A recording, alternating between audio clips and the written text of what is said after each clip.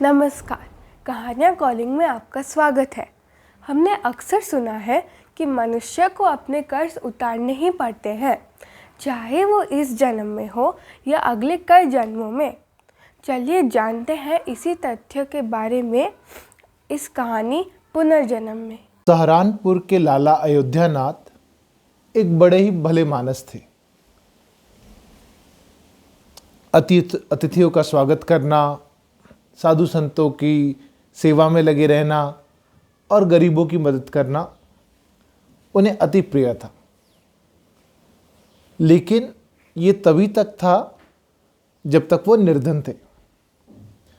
जब उनके पास 4 पैसे आ गए तो तृष्णा ने लोभ का रूप धारण किया और ये बातें अब उन्हें फिजूल की और व्यर्थ लगने लगी। अब उनका दिमाग केवल यह कहता था कि कैसे मैं अपने पैसे को जल्दी से लाखों बनाऊं, क्या युक्ति लगाई जाए कि ये पैसा बढ़ के लाखों में हो जाए। अब सारा सेवा भाव उनका छूट चुका था। एक दिन ऐसे ही उनके द्वार पर एक साधु आए और कहने लगे कि क्या रात गुजारने के लिए मुझे यहाँ जगह मिल सकती है। अब यूं तो अयोध्यानाथ यह सब छोड़ चुके थे, लेकिन उस साधु के चेहरे पे एक अलग तेज था और अयोध्यानाथ के पुराने विचार फिर से उस पर हावी हो गए और उसने नतमस्तक होकर कहा, सर आंखों पर पधारिए। साधु बड़ा प्रसन्न हुआ और कहने लगा, आजकल ऐसे सज्जन पुरुषों की बहुत कमी हो गई है कि जो साधु संतों का सत्कार करे, जो किसी को रात भर आश्रय दे। मैं आपका बड़ा आभारी हूँ। अयोध्यानाथ ने उसके स्वागत में, उसकी खातिर में कोई कमी न रखी। नाना प्रकार के व्यंजन बनाए गए और पूरे परिवार ने मिलकर उनका बहुत सत्कार किया। साधु बार बार उनका धन्यवाद करता था और लाला अयोध्यानाथ से बात करके वो काफ़ी प्रभावित भी था। रात होती गई, बातें चलती गई और अयोध्यानाथ ने साधु से पूछा कि आप साधु कैसे बने, आप जन्म से तो साधु नहीं लगते।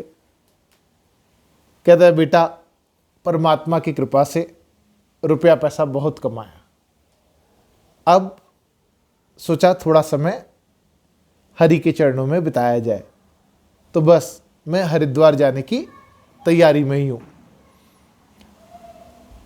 अयोध्यानाथ ने पूछा, तो आपने सारा रुपया पैसा का क्या किया।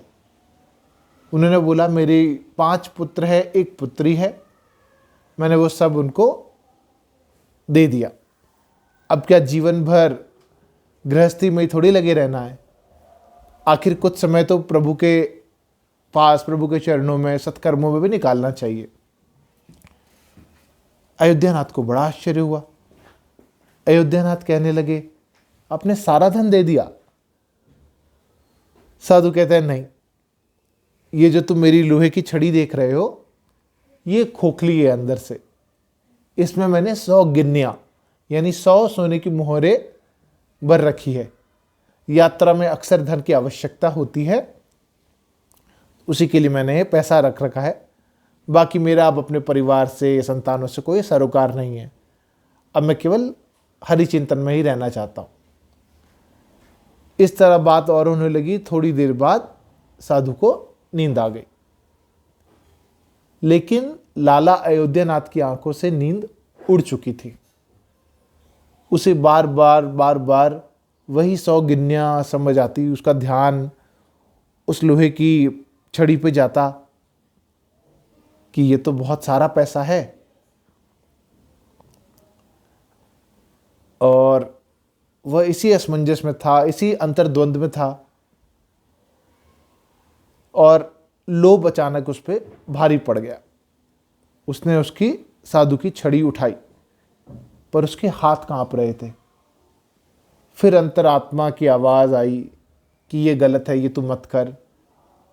लेकिन लोभ कहने लगा कि इतना धन तू एक बार में कहाँ से लाएगा, ऐसा मौका बार बार नहीं मिलता, चल ले ले इसे। अंत में लोभ ने अंतरात्मा का गला घोट दिया और छड़ी खोल करके अयोध्यानाथ ने सारी गिन्नियां निकाल ली।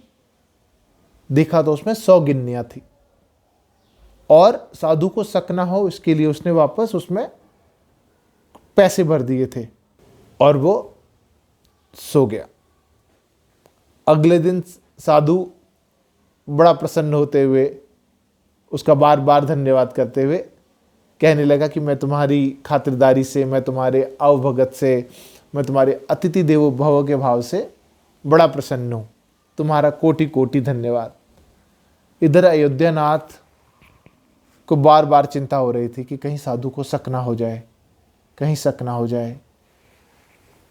साधु जाने लगा तो अयोध्यानाथ ने कहा कि मेरे कोई पुत्र या पुत्री नहीं है, मैं संतान विहीन हूँ, हम तो पापी लोग हैं, आप हरिद्वार जा रहे हो तो हमारी तरफ से प्रार्थना करना, भगवान अवश्य सुनेगा। साधु ने मुस्कुराते हुए कहा कि सुनेगा नहीं सुनेगा ये तो मैं नहीं कह सकता, लेकिन मैं तुम्हें आशीर्वाद देता हूँ कि तुम्हें संतान की प्राप्ति जल्दी होगी। कहते हुए साधु वहाँ से चला गया। अयोध्यानाथ के हृदय से जैसे भारी पत्थर हट गया हो, उसे भय था कि वह पकड़ा ना जाए, लेकिन अब वो बड़ा प्रसन्न था और उसने वो सारी गिन्नियां एक थैली में रख के एक संदूक में छुपा दी थी। अब अयोध्यानाथ के यहाँ से जब वो साधु चले गए और जब हरिद्वार पहुँचे तो वहाँ पहुँचते ही उनका मन झूम उठा कि वहाँ का वातावरण, वहाँ के लोग, वहाँ का सारा माहौल ही अलग था। जिसकी उसने कल्पना की थी उन्होंने, उससे उन्हें बेहतर ही मिला। पर उन्हें पता चला कि गरीबी है थोड़ी सी, साधु संतों का कोई ख्याल रखने वाला नहीं वहाँ पर, वो किसी तरह अपना जीवन यापन करते हैं। तो उनके मन में विचार आया कि मैं एक महायज्ञ करवाता हूँ यहाँ पे और उसमें सभी साधुओं का, सभी ब्राह्मणों को एक बड़ा भोज करवाया जाएगा। उसने वहाँ चौराहे पे बड़े जो हलवाई की दुकान थी उससे बात करी और उससे पूछा कि तुम क्या ये सारा इंतज़ाम कर पाओगे। उसने कहा बिल्कुल कर पाऊंगा। तो उन्होंने कहा कि इन सब के लिए एक भव्य भोजन का आयोजन करो, पहले यज्ञ होगा, यज्ञ के बाद सबको तृष्णापूर्वक जी भर के नाना प्रकार के मिष्ठान खिलाए जाएं। तो 56 भोग का आयोजन हुआ। अब ये चर्चा पूरे हरिद्वार में फैल गई। लोगों का कहना था कि यूं तो पैसे वालों की कोई कमी नहीं है, लोगों के पास तिजोरियां की तिजोरियां भरी पड़ी है, लेकिन जब कभी कुछ दान करने की बात आए या कुछ गरीबों को खिलाने की बात आए तो उनका हृदय छोटा हो जाता है। हमने ऐसा साधु जो कि पहले एक व्यापारी था, अब साधु है और जिसके पास धन है, ऐसा बड़े मन वाला व्यक्ति पहले नहीं देखा। पूरे हरिद्वार में उसकी जय जयकार हो रही थी और इस बात को लेकर के साधु बड़ा प्रसन्न था कि चलो मैं लोगों के चेहरे पे मुस्कुराहट ला पाया। अगले दिन एक भव्य यज्ञ हुआ और उस हलवाई ने सबको प्रेम से भोजन करवाया। सब अति तृप्त हुए।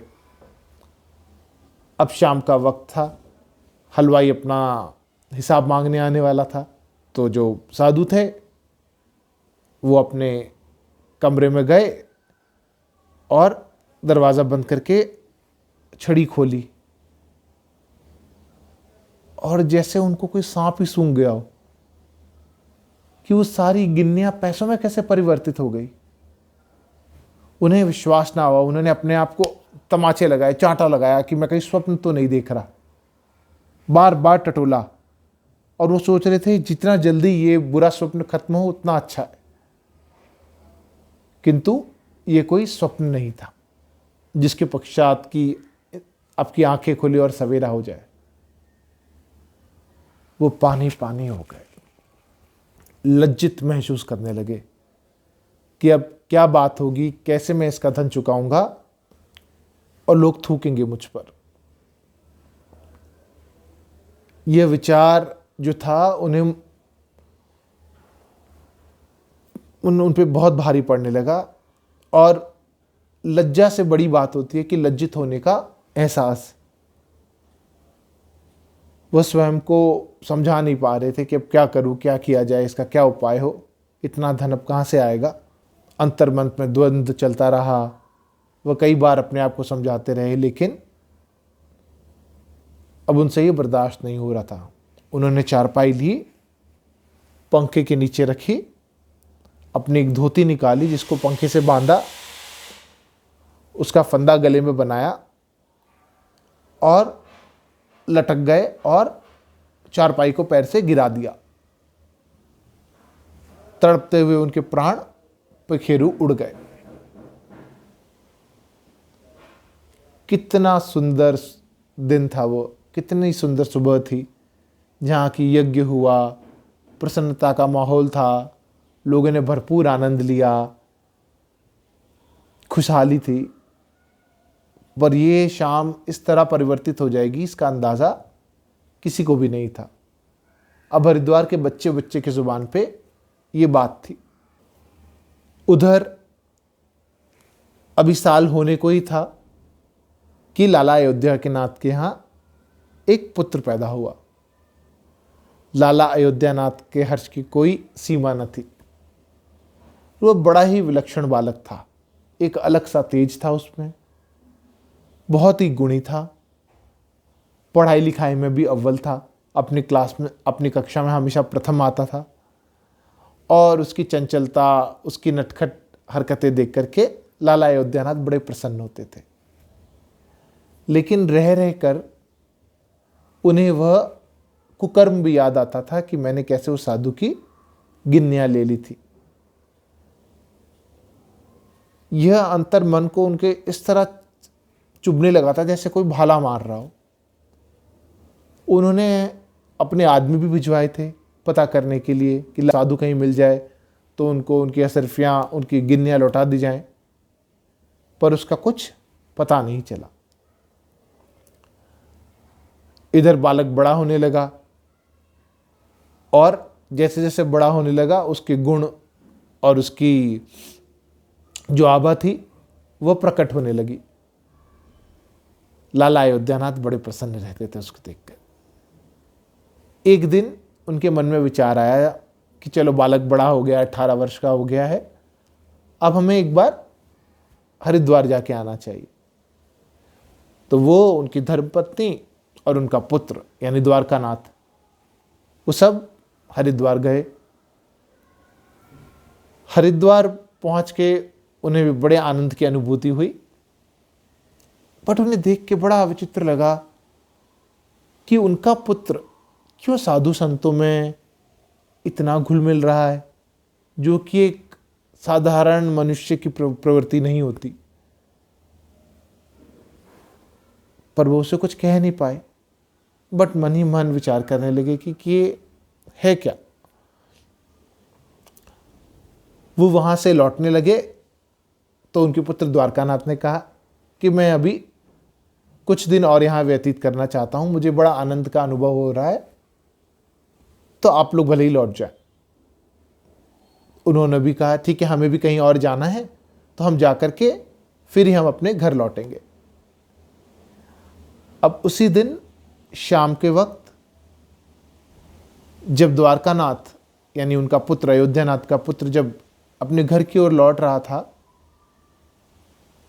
तो एक मनुष्य रोता हुआ उनके पास आया और कहने लगा कि मेरी मदद करो, मैं कर्ज में डूब रहा हूँ, मुझे अपने व्यापार में, अपने धंधे में घाटा लगा है।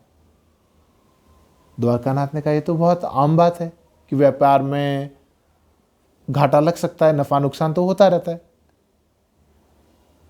बस उस बंदे का कहना था कि अभी नुकसान इतना बड़ा है कि अब मेरे घर द्वार तक बिक जाएंगे, मेरी दुकान तो छोड़ो, आप ही मेरी मदद कर सकते हो। द्वारकानाथ को जैसे कोई दिव्य शक्ति कह रही है कि बेटा इसकी मदद कर। इसे मदद की ज़रूरत है, वरना इसका सब परिवार घर द्वार सड़क पे आ जाएगा। तो उन्होंने पूछा उससे कि तुम्हारा कितना नुकसान है, कितनी भरपाई करनी होगी। उसने उसे बताया कि करीब करीब 100 सोने की मोहरें देनी पड़ेगी, तो जाके उसका पूरा ऋण उतरेगा और उसका घर द्वार बचेगा।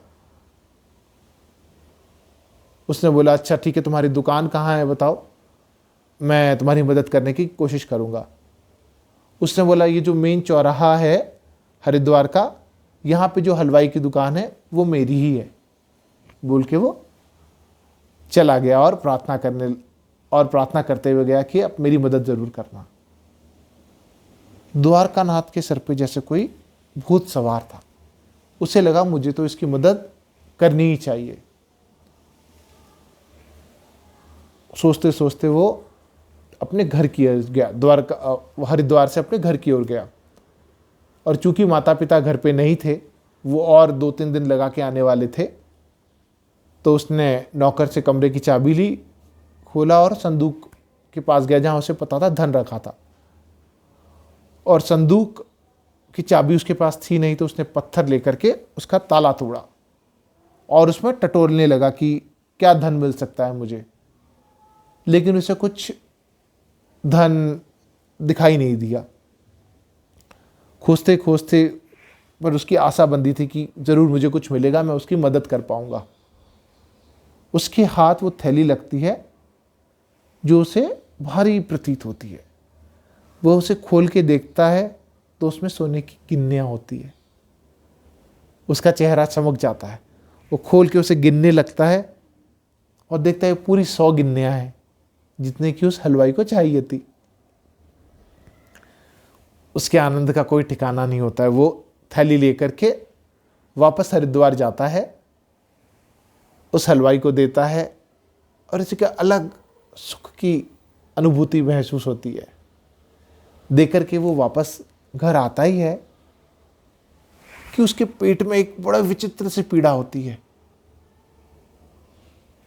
यूं तो वो बड़ा सहनशील व्यक्ति था, पर यह पीड़ा असहनीय थी। वह पूरे 1 दिन 2 दिन उस पीड़ा में रहा और उधर उसके पिता अयोध्यानाथ घर पहुंचे और उन्होंने सोचा एक बड़े डॉक्टर को बुला करके इसका इलाज कराना चाहिए। तो वो बगल वाले शहर में डॉक्टर को बुलाने गए, पर इधर वो लौटे भी न थे। कानाथ के प्राण पखेरु उड़ चुके थे। मात्र 18 वर्ष की उम्र में ऐसे अपने पुत्र की मृत्यु देख करके, जो कि बहुत सहनशील और तंदुरुस्त, सुडौल, सुंदर, बुद्धिमान था, उन्हें ऐसा सदमा लगा कि वो उससे बाहर नहीं आ पाए। कई दिन ऐसे बीमार रहने के बाद एक दिन उन्होंने संदूक टटोली और देखा कि वो सोने की गिन्नियां और वो थैली ही उसमें नहीं है। बड़े आश्चर्य में पड़ गए कि कहाँ हो गए, क्या हुआ। पर ना तो उनको उस सोने की गिन्नियों का और ना ही अपने पुत्र द्वारकानाथ की मृत्यु का रहस्य कभी समझ आया।